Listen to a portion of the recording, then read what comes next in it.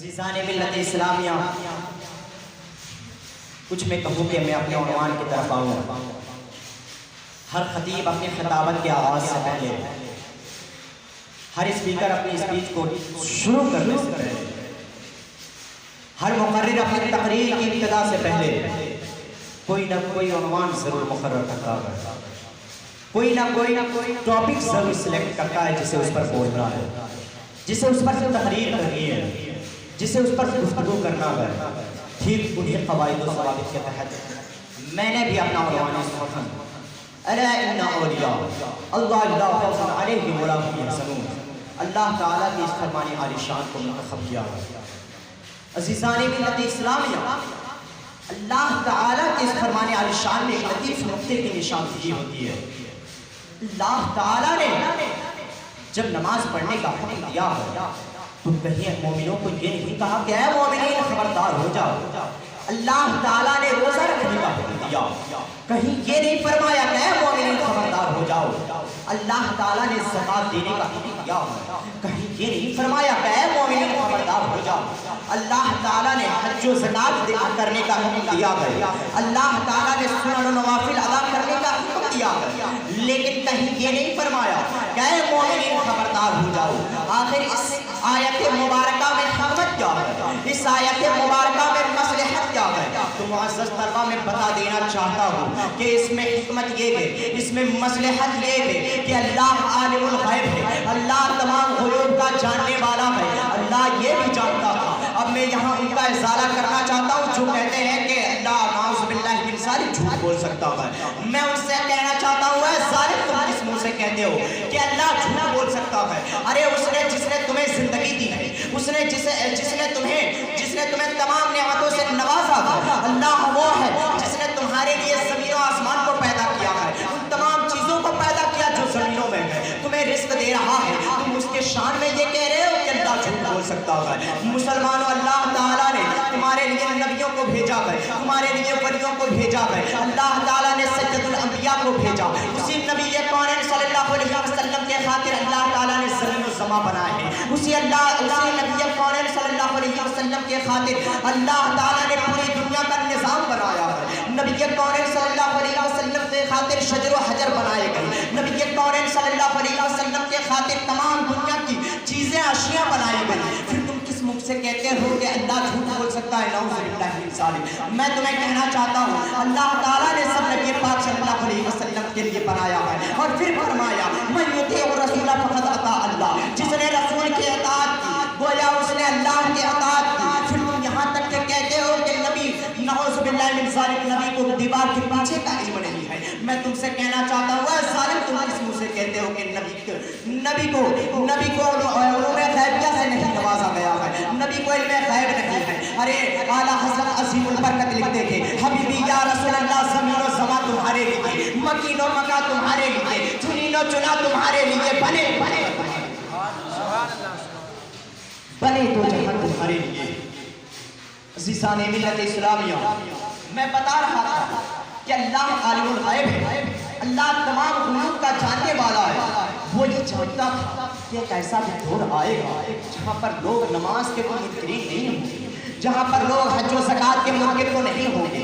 ایسا بھی دور آئے گا کہ لوگ نوافل و سنن کو زیادہ سے زیادہ پابندی کے ساتھ ادا کریں گے۔ اللہ کو یہ علم تھا، اللہ یہ جانتا تھا کہ وہ حج و زکوٰۃ کا انکار نہ کریں گے، وہ نماز و فرائض کا انکار نہ کریں گے، وہ روزوں کا انکار نہیں کریں گے، وہ اپنی پیشانیوں کو اس طرح سجدہ ریز کریں گے کہ ان کی پیشانیاں سیاہ ہو جائیں گی۔ اللہ کو تمام علوم غیب ہے، اللہ تمام جانتا تھا، تو ضروری تھا کہ ایسے لوگوں کے لیے جو نہ نماز کا انکار کریں، جو نہ روزے کا انکار کریں، جو نہ حج کا انکار کریں، جو نہ زکوٰۃ کا انکار کریں، بظاہر وہ اللہ کی وحدانیت کا اقرار کر رہا ہے لیکن بباطن کہہ رہا ہے کہ معاذ اللہ جھوٹ بول سکتا ہے۔ وہ تو بظاہر اللہ رسول کی رسالت کا تو اقرار کر رہا ہے لیکن کہہ رہا ہے نعوذ باللہ من ذالک کہ اللہ کے رسول کو دیوار کے پیچھے کا علم نہیں ہے۔ ان لوگوں کے لیے ضروری تھا، وہ تمام فرائض و واجبات کو اقرار کرنے والے تھے، لیکن جب بات آتی میرے ولیوں کی، جب بات آتی میرے دوستوں کی، جب بات آتی اولیاء اللہ کی، تو وہ ان سے گریز کرتے, وہ ان سے اعراض کرتے, وہ ان سے روگردانی کرتے. اس لیے ضروری تھا کہ جب میرے ولیوں کا ذکر آئے, جب میرے ولیوں کو, مومنین کو جب میرے ولیوں کے بارے میں بتایا جائے تو اعلیٰ حرف تنبیہ کے ذریعے بتایا جائے کہ اے لوگوں خبردار ہو جاؤ, بے شک اللہ کے ولیوں کو نہ کوئی خوف ہے. اس لیے اللہ تعالیٰ نے اِنَّا عَلَىٰ اِنَّا أَوْلِيَاءَ اللَّهِ لَا خَوْفٌ عَلَيْهِمْ وَلَا هُمْ يَحْزَنُونَ حرف تنبیہ کے ذریعے اس جملے کو موقع دیا. عزیزان ملت اسلامیہ, اولیاء سے بغض رکھنے کا انجام کیا ہوتا ہے؟ ہم اولیاء سے محبت و الفت رکھتے ہیں. یہی عقیدہ صحابہ کرام کا تھا جو فرمان مصطفیٰ پر عمل کرتے تھے. یہی عقیدہ تابعین کا تھا, یہی عقیدہ تبع تابعین کا تھا, اور یہی عقیدہ ہمارا ہے کہ ہم اولیاء کرام سے محبت رکھتے ہیں, ہم اولیاء کرام سے الفت رکھتے ہیں. آخر اولیاء کرام سے بغض رکھنے کا انجام کیا ہوتا ہے؟ چونکہ ہمارے استاد گرامی محقق جدیدہ شارح مسلم علامہ بدر الدجا رضی مصباح مقدس اللہ العالی گزشتہ جمعہ میں فرما رہے تھے, ایک واقعہ بیان کر رہے تھے. بس میں پوائنٹ بتانا چاہتا ہوں, میں ماحصر بتانا چاہتا ہوں. علامہ بدر الدجا بیان کر رہے تھے کہ ابن سقا اور عبداللہ ابن علی تمیمی رحمۃ اللہ تعالیٰ علیہ, ساتھ ہی ساتھ حضرت غوث پاک رحمۃ اللہ تعالیٰ علیہ نکلتے ہیں. اس غرض سے نکلتے ہیں کہ وہ ایک غوث کے پاس جائے, وہ ایک قطب کے پاس جائے. اس غوث کے پاس جانے کے بعد وہ ان سے سوالات کرے, وہ ان سے اپنی دریافت پوری کرے.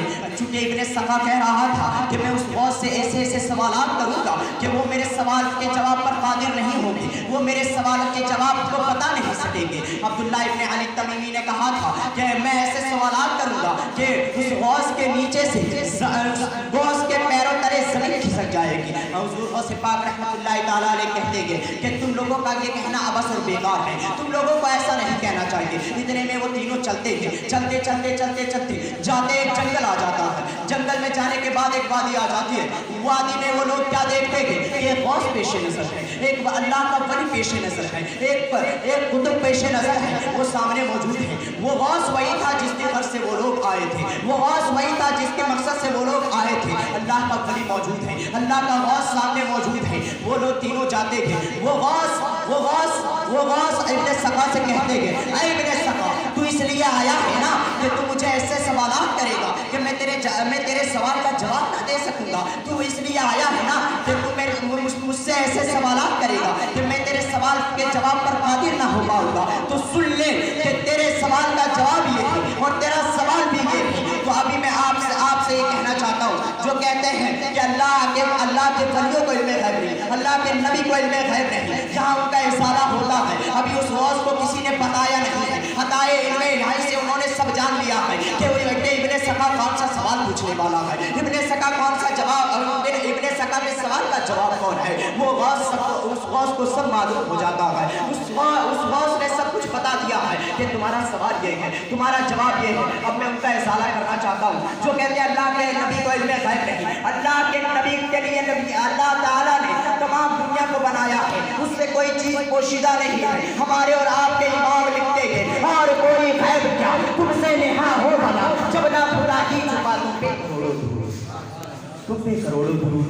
عزیزان ملت اسلامیہ, وہ غوث کہتے ہیں اے ابن سقا, تو مجھ سے یہ سوال پوچھنے والا ہے کہ میں تیرے سوال کا جواب نہ دے سکوں گا. تو سن لے, تیرا سوال بھی یہ ہے اور تیرے سوال کا جواب بھی یہ ہے. عبداللہ ابن علی تمیمی رحمۃ اللہ تعالیٰ علیہ سب دیکھ رہے ہیں. وہ غوث حضور غوث پاک سے کہہ رہے ہیں اے عبداللہ, اس لیے آیا ہے نا کہ تم میرے فیوز و پرکاش سے مستفیض ہو جا. تو میں تیرے لیے یہ دیکھ رہا ہوں, اس سے ماقبل یہ بتا دوں کہ اس ابن سقا کے لیے اس غوث نے یہ کہا تھا کہ میں تیرے لیے یہ دیکھ رہا ہوں کہ تیرے ارد گرد کفر منڈرا رہا ہے, کفر گردش کر رہا ہے. وہ زمانہ آئے گا کہ تم کفر میں گھر جاؤ گی.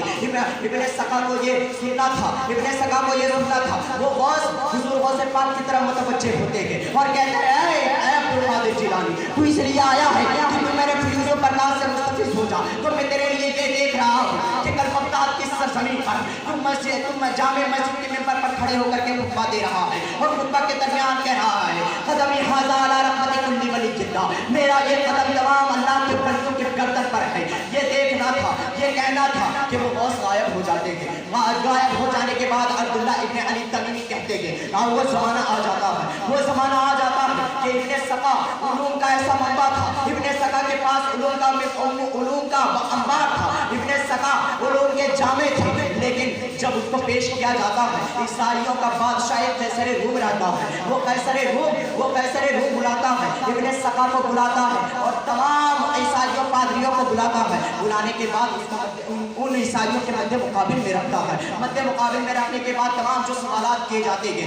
سب ابن سقا جواب دے دیتا ہے۔ ابن سقا کی یہ بہادری دیکھ کر وہ قیصر روم بڑا خوش ہوتا ہے۔ ابن سقا کیا دیکھ رہا تھا کہ میں سوال کا جواب تو دے رہا ہوں لیکن قیصر روم کی بیٹی مجھے جھانک رہی ہے، مجھے کھڑکیوں سے جھانک رہی ہے۔ اس ابن سقا کا دل اس کی طرف راغب ہو جاتا ہے، وہ اس کی طرف مائل ہو جاتا ہے۔ اتنا کہنا تھا کہ ابن سقا نے پیغام نکاح بھیج دیا ہے، قیصر روم کی طرف اپنی بیٹی اس کی بیٹی کے لیے اپنا پیغام نکاح بھیج دیا ہے۔ اب قیصر روم کہتا ہے کہ اے ابن سقا میں تیری درخواست اسی وقت منظور کروں گا جب تو میری یہ شرط قبول کرے گا، میری شرط یہ ہے۔ اس نے کہا ٹھیک ہے میں تیری شرط قبول کروں گا، بتا تیری شرط کیا ہے۔ تو ابن سقا کا کہنا تھا، اس قیصر روم نے کہا ہے کہ میری یہ شرط یہ ہے کہ تو اپنے دین سے گریز کر جا، تو اپنے دین سے نکل جا اور ہمارے مذہب عیسائی میں داخل ہو جا، ہمارے اس دین میں داخل ہو جا۔ ابن سقا کہتا ہے ٹھیک ہے میں داخل ہو جاتا ہوں، میں داخل ہو جاتا ہوں۔ داخل ہونے کے بعد اس نے نکاح کیا ہے، اس کی بیٹی سے نکاح کرنے کے بعد کچھ ایام گزرتے ہیں، ایام گزرنے کے بعد اسے کوڑ پن کی بیماری ہو جاتی ہے اور ایسا کوڑ پن ہوتا ہے کہ اسے قیصر روم کہیں جا کر کے دوسری جگہ پھینک دیتا ہے اور اس کا انجام یہ ہوتا ہے کہ وہ سڑ اور گل جاتا ہے۔ تو دیکھا آپ نے کہ ولیوں سے بغض رکھنے کا انجام کیا ہوتا ہے، ولیوں سے اولیاء اللہ سے بغض رکھنے کا انجام کیا ہوتا ہے۔ ان اولیاء سے بغض رکھنے والے بہت آئے ہیں، ان اولیاء اللہ سے بغض رکھنے والے اور اس دین اسلام کو مٹانے والے بہت آئے ہیں، ان اولیاء اللہ کو مٹانے والے بہت آئے ہیں، لیکن انہیں ذرہ برابر کسی نے ضرر نہیں پہنچایا ہے، کسی نے نقصان نہیں پہنچا سکا ہے۔ اسی لیے تو ہمارے اور آپ کے امام عشق و محبت اعلیٰ حضرت کہتے ہیں کہ مٹ گئے مٹے کہ مٹ جائیں گے عطا تیری، نہ مٹا ہے نہ مٹے گا کبھی چرچا تیرا، نہ مٹا ہے نہ مٹے گا کبھی چرچا تیرا۔ عزیزان اسلامی، یہ برا انجام ہوتا ہے اولیاء اللہ سے بغض رکھنے کا۔ اب میں اپنے عنوان سے نکل کر کے تھوڑی کچھ نصیحت آمیز بات کہوں، اس کے بعد میں رخصت چاہوں گا۔ چونکہ علامہ بدر الدجال مصباح المدی صلی اللہ علیہ وسلم گرامی فرما رہے تھے کہ ولایت کے منصب پر فائز ہونے کے لیے علوم ہونا شرط ہے، علم نہیں ولایت نہیں، شرط نہیں مشروط نہیں، اگر شرط مفقود ہے تو مشروط بھی مفقود ہے۔ اس لیے ولایت کے منصب پر فائز ہونے کے لیے علم کا ہونا شرط ہے، علم کا ہونا ضروری ہے۔ عزیزان ملت اسلامیہ، علم ہے کیا؟ ہم تمام طلبہ علم حاصل کرنے کے لیے آئے ہیں، تحصیل علم کے لیے اپنی ماں باپ کی محبت کو قربان کر کے مدرسہ ضیاء العلوم میں اپنے حصول تعلیم کے لیے اپنے اوقات کو صرف کر رہے ہیں۔ آخر علم ہے کیا؟ علم ایک روشنی، جہالت ایک اندھیرا ہے۔ فور ایگزامپل، ایک کمرے میں کسی انسان کو بند کر دیا جائے اور اندھیرا ہی اندھیرا ہو، کہیں سے روشنی آنے کی جگہ باقی نہ ہو اور اس کے ہاتھ میں جانے والا شخص جا کر کے ایک پلیٹ دے دے، اب وہ اور بھوکا ہو، اسے شدت کی بھوک لگی ہو، بھوک لگنے کے بعد وہ اس پلیٹ میں ڈولے گا کہ ہے کیا؟ آخر اس نے یہ نہیں دیکھا ہے کہ لانے والے نے بریانی لایا یا لانے والے نے کیا لایا، نجاست لایا یا کوئی ناپاک چیز لایا، اس کھانے والے کو یہ معلوم نہیں ہے، وہ کچھ بھی اٹھائے گا کھا لے گا۔ یہ ہے ٹھیک اسی طرح مثال ایک جاہل آدمی کی ہے، جہالت کی ہے کہ جاہل آدمی اپنے جہالت کی بنیاد پر وہ نہ یہ نہیں پہچان سکتا ہے کہ کون سا راستہ حلال ہے اور کون سا راستہ حرام ہے۔ اس لیے ہمیں چاہیے کہ ہم فرمان مصطفیٰ پر عمل کریں اور خود کو علوم دینیہ و علوم دنیویہ سے خود کو مسجل کریں۔ اسی لیے اللہ کے رسول صلی اللہ علیہ وسلم نے ارشاد فرمایا طلب العلم فریضۃ علی کل مسلم و مسلمہ، علم دین کا حاصل کرنا ہر مسلمان مرد و عورت پر فرض ہے۔ عزیزان ملت اسلامیہ، میں بتانا مقصود یہ ہے کہ آج کل کے کچھ ایسے بچے ہیں، بالخصوص اگر مدارس کا مشاہدہ کیا جائے، مدارس کا اگر مشاہدہ کیا جائے، مدارس کو اگر دیکھا جائے تو کیا دیکھنے میں آتا ہے کہ بہت ایسے بچے ہوتے ہیں جو تقریر کے پیچھے بھاگتے ہیں، جو اسٹیجی دنیا کے پیچھے بھاگتے ہیں۔ میں ان سے کہنا چاہتا ہوں معزز طلبہ، کبھی ایسی نادانی اور حماقت نہیں کرنا، بلکہ اتنے موقر اور مہذب علماء کے رہنے کے باوجود ہم دوسرے کے محتاج کیوں ہوتے ہیں؟ ارے یہی وہ علماء ہیں ہیں جن کی بنیاد پر آج پوری دنیا مستفیض ہے، آج پوری دنیا روشن ہو گئی ہے۔ کچھ ایسے مقررین ہوتے ہیں، بہت ایسے بڑے بڑے مقررین ہیں جن کو عوام اپنی جہالت کی بنیاد پر بلاتی ہے اور بلانے کے بعد ان پر لاکھوں پیسے خرچ کرتی ہے، لیکن اس کی تاثیر ذرہ برابر پیدا نہیں ہوتی۔ ڈاکٹر اقبال لکھتے ہیں کہ وہ ایسے قوم میں وہ پختہ خیالی نہ رہی، پرخ طبعی نہ رہی، شعلہ مقالی نہ رہی، اور رہ گئی رسم ازاں روح بلالی نہ رہی، رہ گئی رسم ازاں روح بلالی نہ رہی۔ اب حضرت بلال کا تھوڑا سا واقعہ بس میں آپ کے پیش نظر کرنا چاہتا ہوں۔ حضرت بلال کون ہے؟ حضرت بلال رضی اللہ تعالیٰ عنہ عاشق رسول ہے، انہیں امام عشق و محبت کہا جاتا ہے، انہیں امام عشق و محبت کے لقب سے ملقب کر دیا گیا ہے۔ وہ امام عشق و محبت حضرت بلال رضی اللہ تعالیٰ عنہ نبی پاک صلی اللہ علیہ وسلم کی محبت میں چور چور ہو جاتے ہیں۔ حضرت بلال کہتے ہیں حبیبی یا رسول اللہ، مجھے عتبہ بلاتا ہے تو میں چلا جاتا ہوں، مجھے شیبہ بلاتا ہے تو میں چلا جاتا ہوں، مجھے ابو لہب بلاتا ہے تو میں چلا جاتا ہوں، مجھے ابو جہل بلاتا ہے تو میں چلا جاتا ہوں، مجھے امیہ بلاتا ہے تو میں چلا جاتا ہوں، آخر میرے بلانے سے کون آ سکتا ہے؟ اتنا کہنا تھا کہ نبی پاک صلی اللہ علیہ وسلم فرماتے تھے کہ اے بلال سن لے، تجھے عتبہ بلاتا ہے تو چلا جاتا ہے نا، تجھے شیبہ بلاتا ہے تو چلا جاتا ہے نا، تجھے ابو جہل بلاتا ہے تو چلا جاتا ہے نا، تجھے ابو لہب بلاتا ہے تو چلا جاتا ہے نا، تجھے امیہ بلاتا ہے تو چلا جاتا ہے نا، تجھے کفار مکہ بلاتے ہیں تو تو چلا جاتا ہے نا۔ آج تو کعبہ کی چھت پر جا کر کے اذان دے دی، اذان دینے کے بعد دے کہ تو بلائے گا تو ابو بکر لوٹ کر کے آئیں گے، تو بلائے گا تو عمر فاروق لوٹ کر کے آئیں گے، تو بلائے گا تو عثمان غنی لوٹ کر کے آئیں گے، تو بلائے گا تو علی کے مرتضیٰ لوٹ کر کے آئیں گے، حتیٰ کہ تو بلائے گا تو نبی کے کونین آئیں گے۔ اس لیے ڈاکٹر اقبال کہتے ہیں کہ رہ گئی رسم ازاں روح بلالی نہ رہی، فلسفہ رہ گیا تلقین غزالی نہ رہی، فلسفہ رہ گیا تلقین غزالی نہ رہی۔ عزیزان ملت اسلامیہ، بس بتانا مقصود یہ ہے کہ آج کل کے